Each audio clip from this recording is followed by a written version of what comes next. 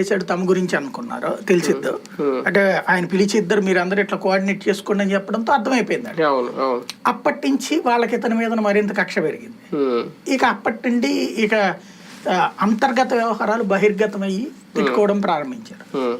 అయితే అక్కడ కేసినేని నాని తమ దెబ్బకి భయపడిపోయి దారికి వస్తాడు అని భావించారు, కానీ నాని ఇంకొక ప్రత్యామ్నాయ ఏర్పాటు చేసుకుంటాడని వాళ్ళు ఊహించలేదు.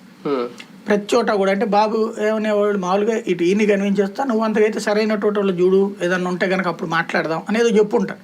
ఆయనది అట్లాంటి తత్వమే. నువ్వు లేదు ఇప్పుడు జగన్ ఉంది, నేను నీకు టికెట్ ఇయ్యా, లేకపోతే నీకు ఎమ్మెల్సీ ఇస్తా, నీకు అక్కడ వాళ్ళగా ఇది మొహాన్ చెప్పేస్తాడు. తర్వాత వాళ్ళు తిట్టుకుంటారు ఆ టైంలో, తర్వాతకి వెళ్తే చూసుకోవచ్చు. ఇక్కడ ఈయన అట్లా ఉండదు.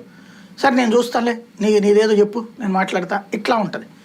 ఈయన ఆ టైపులో చెప్తే ఈయన ఏం చేశాడు, ఒక ఆల్టర్నేటివ్ ప్రత్యామ్నాయం ప్రతి చోట కూడా. ఇప్పుడు ఫర్ ఎగ్జాంపుల్ అక్కడ బొమ్మసాని తీసుకురావడం, బోండా నేను మాకి పోటీగా, లేకపోతే ఇక్కడ ఎంకే బేగ్ కొడుకుని తీసుకురావడం, ఇట్లాగా ఒక్కొక్క నియోజకవర్గంలో ఒక్కొక్క కొత్త ముఖాన్ని పట్టుకురావడం బిగిన్ చేశాడు.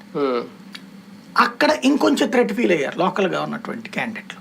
అంటే మాకు పోటీగా ఇన్నేళ్ళు మేము పార్టీలో ఉంటే ఈయన వచ్చి మాకు పోటీగా ఇంకోటి